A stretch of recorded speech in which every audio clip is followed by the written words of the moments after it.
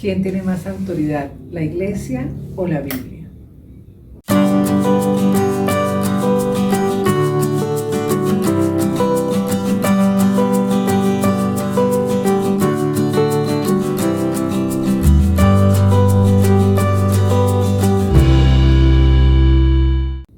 ¿Quién como Dios? Bienvenidos a Cuestiones de Fe.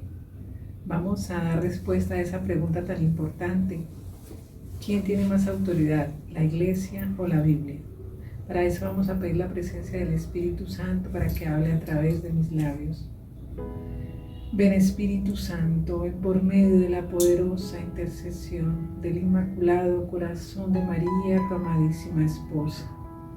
Ven Espíritu Santo, ven por medio de la poderosa intercesión del Inmaculado Corazón de María, tu amadísima esposa.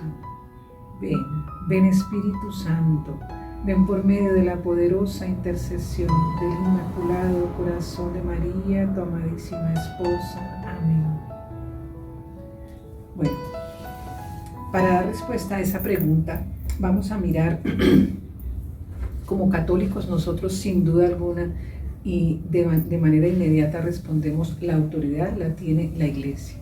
Pero vamos a sustentar esa respuesta con la palabra de Dios y con el catecismo. Entonces vamos a mirar en Primera de Timoteo, en el capítulo 3, en el versículo 15. La carta de San Pablo a Timoteo, en este capítulo San Pablo le aclara cuáles son las condiciones que deben tener los obispos. Entonces, en el versículo 15 dice lo siguiente: por citarlo, para que sepas cómo has de conducirte en la casa de Dios, que es la iglesia de Dios vivo, columna y fundamento de la verdad. Palabra de Dios, gloria a ti, Señor Jesús. Mira que San Pablo en este versículo dice, la iglesia es columna y fundamento de la verdad. Bueno, vamos a mirar en el catecismo, en el numeral 171 también está definida la iglesia. ¿Qué es la iglesia? Dice, numeral 171.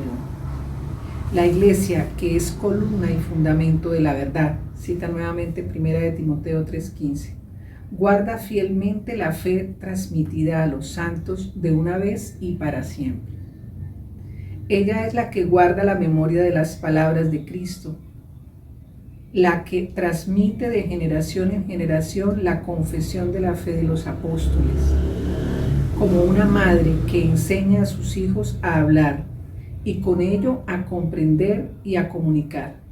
La Iglesia, nuestra madre, nos enseña el lenguaje de la fe para introducirnos en la inteligencia y la vida de la fe. Bueno, esto dice el catecismo.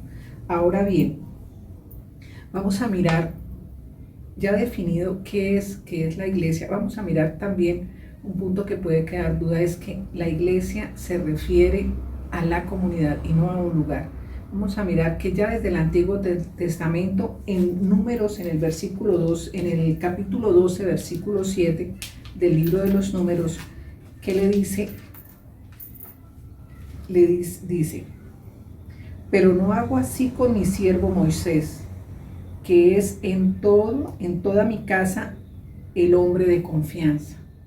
Dice, en toda mi casa, en todo su pueblo de Israel, ¿cierto? En toda mi casa, Moisés es el hombre de confianza. Entonces, aclarado de todas maneras ese detalle que se refiere la iglesia a la comunidad y no a un lugar.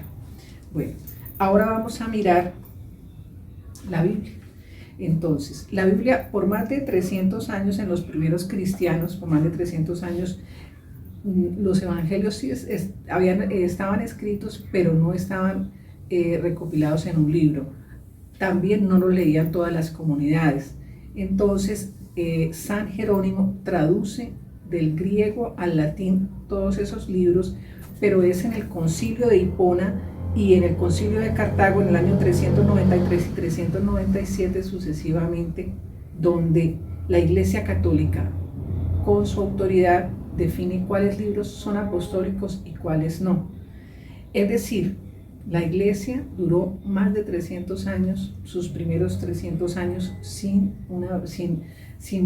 una Biblia pues conformada formalmente como está ahora, ¿cierto? Y sin embargo, en esos 300 años, ¿cómo se mantuvo la iglesia? ¿Cómo se alimentó la iglesia? Por la predicación, y además también en esos primeros 300 años fue cuando más hubo mártires por declarar el señorío de Jesucristo, ¿cierto? Bueno, ya he conformado, determinado cuáles eran los libros del canon del Nuevo Testamento, que fueron 27, se conforma la Biblia que se llamó Vulgata y que custodió la Iglesia Católica por 1500 años. Es claro también que Jesucristo no mandó a escribir un libro. Realmente solamente 2 de los apóstoles escribieron. Pero Jesucristo, ¿a qué los manda? Los manda a predicar. Vamos a mirar en Marcos 16, 15, 16. ¿Cuál es el mandato de Jesucristo para los apóstoles? Dice el mensaje final de la ascensión de Jesucristo. Y les dijo: id por todo el mundo y predicad el evangelio a toda criatura. El que crea, sea bautizado, se salvará, pero el que no crea, se condenará. Entonces Jesucristo los manda a predicar, y es lo que hicieron los apóstoles. Bueno,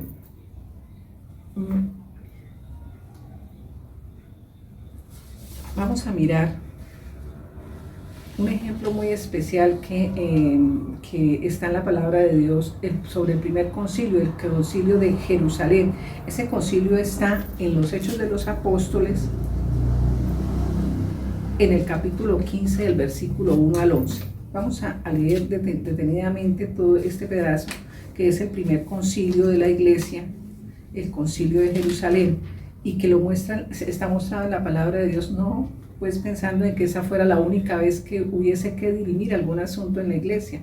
Obviamente está escrito para ser un ejemplo de cómo debían dirimirse los asuntos en la iglesia. Y de acuerdo a este primer concilio es que la iglesia hace sus concilios y define y determina y toma decisiones acerca de la fe. Bueno, Hechos de los Apóstoles, capítulo 15, del 1 al 11. Concilio de Jerusalén. Algunos que vinieron de Judea enseñaban a los hermanos: si no os circuncidáis según el rito de Moisés, no podéis salvaros. Después de un altercado y discusión no pequeña de Pablo y Bernabé contra ellos, se decidió que Pablo y Bernabé y algunos otros de entre ellos fueran a Jerusalén para tratar esta cuestión con los apóstoles y los presbíteros. Ellos, enviados por la iglesia, atravesaron Fenicia y Samaria, narrando la conversión de los paganos y causando un gran gozo a todos los hermanos. Al llegar a Jerusalén, fueron acogidos por la iglesia, los apóstoles y los presbíteros, y entonces contaron todo lo que Dios había hecho con ellos. Algunos de las sectas de los fariseos que habían abrazado la fe se levantaron y dijeron que los paganos debían circuncidarse y guardar la ley de Moisés. Los apóstoles y los presbíteros se reunieron para estudiar el asunto. Tras una larga discusión, se levantó Pedro y les dijo: hermanos, vosotros sabéis que hace mucho tiempo Dios me eligió entre vosotros para que los paganos oyesen de mis labios la palabra del evangelio y abrazaran la fe. Y Dios, conocedor de los corazones, dio testimonio en su favor, dándoles el Espíritu Santo, igual que a nosotros, y no ha hecho diferencia alguna entre ellos y nosotros, purificando sus corazones con la fe. Ahora bien, ¿por qué tentáis a Dios imponiendo sobre el cuello de los discípulos un yugo que ni nuestros padres ni nosotros hemos podido soportar? Nosotros creemos que nos salvamos por la gracia de Jesús, el Señor, igual que ellos. Palabra de Dios, gloria a ti, Señor Jesús. Bueno, vamos a mirar que Hay varios aspectos en esta lectura que nos muestran cómo eso ha sido llevado a la iglesia y al magisterio de la iglesia. Bueno, que hubo una discusión, no sencilla, una discusión fuerte entre los hermanos que venían de Judea y Bernabé y Pablo. Una discusión fuerte. ¿Cuál era el asunto a discutir? La circuncisión que mandaba la ley de Moisés. Y algunos fariseos también se levantan y dicen que los paganos deben circuncidarse como lo manda la ley de Moisés. Pero fíjese que se reúnen los presbíteros para estudiar el asunto. Los apóstoles y los presbíteros se reunieron para estudiar el asunto, para analizar el asunto y para tomar una decisión, porque no podían decir unos sí y otros no. Se toma una decisión. ¿Cómo se toma esa decisión? Aquí en la palabra de Dios lo dice. La palabra dice: y Dios, conocedor de los corazones, dio testimonio a su favor, dándoles el Espíritu Santo. ¿Qué analizaron? ¿Cómo actuó Dios con esos paganos? ¿Cómo actuó Dios con esos paganos que les dio el Espíritu Santo? Entonces, ¿qué dice Pedro? ¿Cómo les vamos a poner un yugo que ni nosotros ni nuestros padres hemos soportado? Y se quita pues esa ley de que debían circuncidarse, porque se declara que es a través por la gracia de Jesús el Señor que somos salvados. En el versículo 11, nosotros creemos que nos salvamos por la gracia de Jesús el Señor, igual que ellos, ¿cierto? Entonces se toma una decisión analizando, ¿cierto?, cómo en la escritura misma y cómo es el actuar de Dios en esa comunidad. Ahí es que se toma esa decisión. Igual hace hoy la Iglesia Católica. La Biblia, la palabra de Dios es muy actual, es para colocarse, para practicarse en la vivencia de la actualidad. Si está aquí en esta palabra, podemos pensar obviamente que la Iglesia ha tenido muchas situaciones que dirimir y que discutir en estos 2000 años. Ha habido muchas situaciones que no están escritas, Entonces, definitivamente, la autoridad de la Iglesia no se puede negar. Bueno, y en fin, negar la autoridad de la Iglesia sería también negar los evangelios, porque ellos, con su autoridad, definen cuáles libros son los que son apostólicos y cuáles no. Bueno, vamos a mirar también un detalle, vamos a mirar en el catecismo de la Iglesia cómo es esto de la sucesión apostólica. Bueno, en el numeral 77 se habla de la sucesión apostólica. Dice: para que este evangelio se conservara siempre vivo y entero en la Iglesia, los apóstoles nombraron como sucesores a los obispos, dejándoles a su cargo en el magisterio. En efecto, la predicación apostólica expresada de un modo especial en los libros sagrados se ha de conservar por transmisión continua hasta el fin de los tiempos.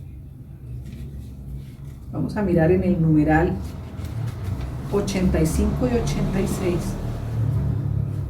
el magisterio de la Iglesia. En el numeral 85, el oficio de interpretar auténticamente la palabra de Dios, oral o escrita, ha sido encomendada solo al magisterio vivo de la Iglesia, el cual lo ejercita en nombre de Jesucristo, es decir, a los obispos en comunión con el sucesor de Pedro, el obispo de Roma, igual que en el Concilio de Jerusalén, que lo vemos en Hechos de los Apóstoles.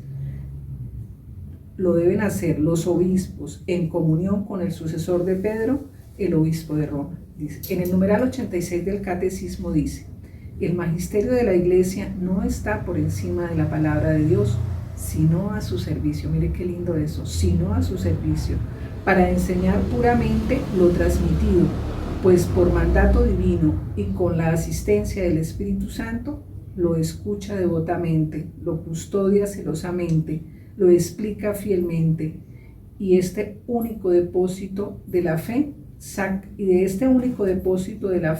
saca todo lo que propone como revelado por Dios para ser creído. Para ser creído. Mira que el magisterio de la iglesia está al servicio de la palabra de Dios, al servicio de la palabra de Dios, nuestra madre la iglesia. Bueno,